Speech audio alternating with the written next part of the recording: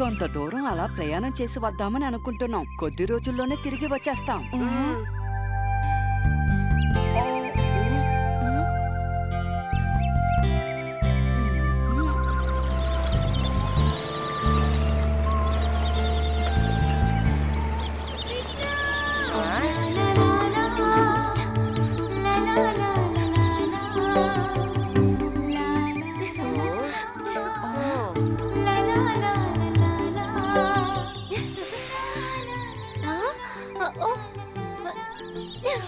ఇందులో తీయటి పళ్ళున్నాయి. అలాగే తిరిగి వచ్చేటప్పుడు నా కోసం ఒక మంచి బహుమతిని తీసుకురావడం మర్చిపోవద్దు.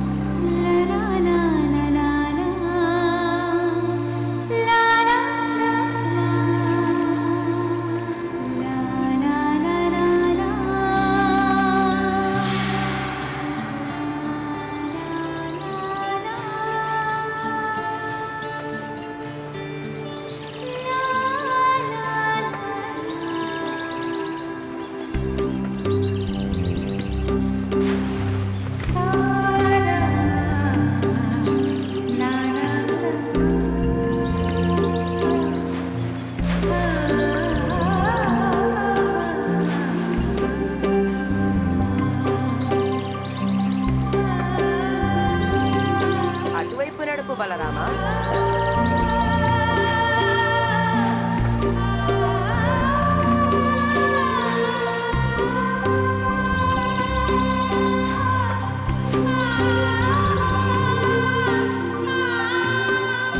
ఇంత అందమైన వనాన్ని నేను ఇంతవరకు ఎక్కడా చూడలేదు. అయితే ఇక్కడ కాసేపు ఆగి హాయిగా విశ్రాంతి తీసుకుందాం.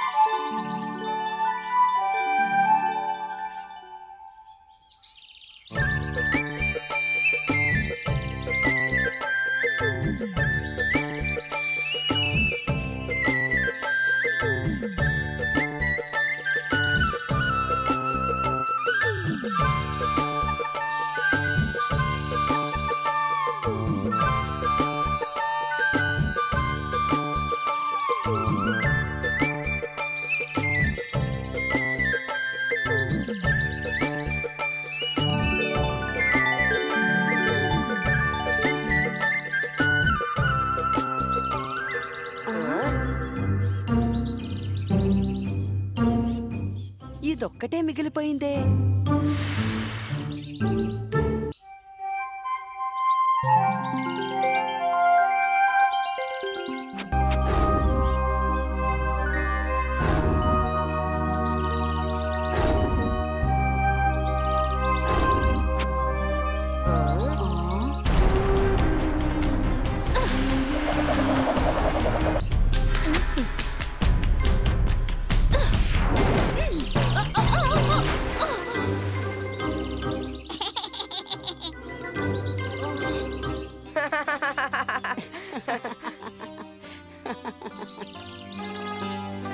బృందావన గ్రామవాసులైన బలరామకృష్ణులం.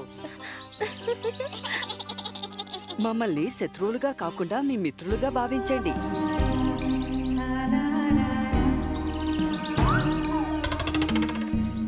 బహుశా మీరు నా గురించి తెలుసుకోవాలనుకుంటున్నారేమో. అవును రాజకుమారి, అలాగే మీరిక్కడ ఒంటరిగా ఈ వనంలో తామర రేకుల మధ్య ఎందుకు దాక్కున్నారో కూడా నాకు తెలుసుకోవాలని ఎంతో ఆశగా ఉంది. నువ్వు ఒక రాకుమారివని వీళ్ళకలా తెలుసుంటుందంటావు? వీళ్ళు శత్రురాజపు గూఢచారులు కాదు కదా? నేనొక రాజకుమారినని మీకెలా తెలిసింది? మీరు మా శత్రువుల దూతలు కాదు కదా? కాదు రాకుమారి, మీ యుద్ధ విద్యను, మీ పెంపుడు చిలక చిలిపితనాన్ని గమనించిన తర్వాతే మాకు ఆ అనుమానం వచ్చింది. ఓ అలాగా. దీని పేరు మిర్చి. నేను రాకుమారి రాయాను. అంటే ఒకప్పటి రాకుమారిని. మా శత్రువులు మా నుండి మా రాజ్యాన్ని అపహరించారు, మా తండ్రి గారిని వధించారు, అలాగే మా సైన్యాన్నంతా వారి బానిసలుగా మార్చేసుకున్నారు. మేమెలాగో అక్కడి నుండి తప్పించుకోగలిగాం. మీరిచ్చిన పలహారానికి కృతజ్ఞురాల్ని. ఇక మేము ఇక్కడి నుంచి బయలుదేరాలి.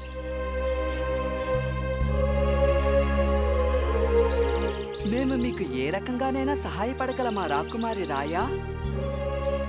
అవసరం లేదు. ఈ రాకుమారి రాయాకి తననెలా రక్షించుకోవాలో తనకి బాగానే తెలుసు.